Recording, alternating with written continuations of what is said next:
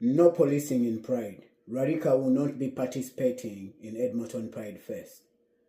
This decision is not made lightly.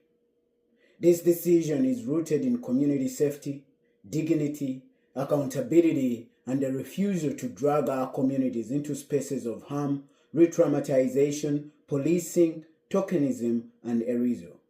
For too long, Black and brown, indigenous, racialized, trans, and queer two-spirit, refugees and newcomers, including sex workers, have been expected to show up, share our pain, educate institutions, offer our labor, and then accept silence, delay, dismissal, or private conversation in place of real accountability.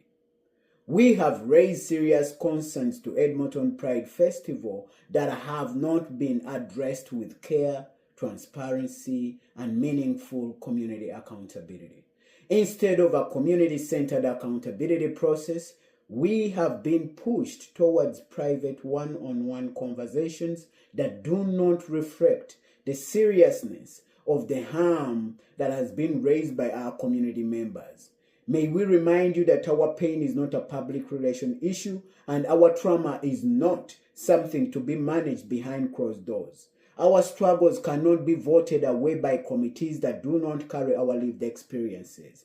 A brief background: when we stopped Edmonton Pride Festival in 2018, this recent one last year in 2025, we engaged with Edmonton Pride Fest, including conversations involving their lawyers and legal team. We had to sign an agreement, and that work needed to make the first ever trans march in Edmonton.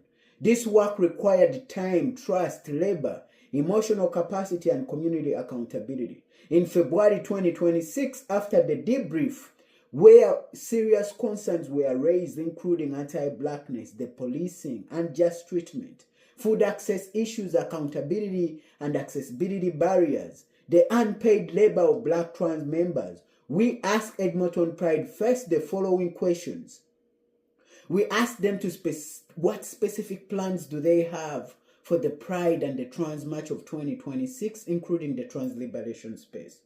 We also asked them what concrete actions have they taken to address the issues we raised in the debrief meeting last year.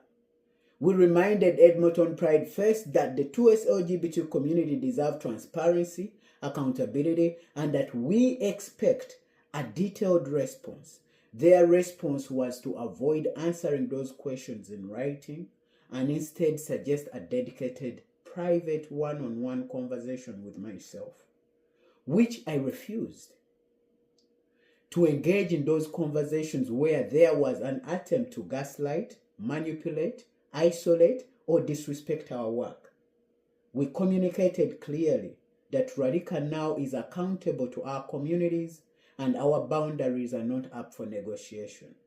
If Edmonton Pride Fest was committed to thoroughly and carefully, including Black trans and brown trans queer voices, immigrant voices, then that commitment must include respecting how community members choose to engage. Community accountability cannot happen through private side conversation when harm is public, collective, and ongoing. Police do not belong in Pride. Let us be clear.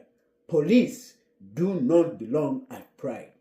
We have now learned about the planned deployment and the presence of police at Edmonton Pride Fest and the Trans March.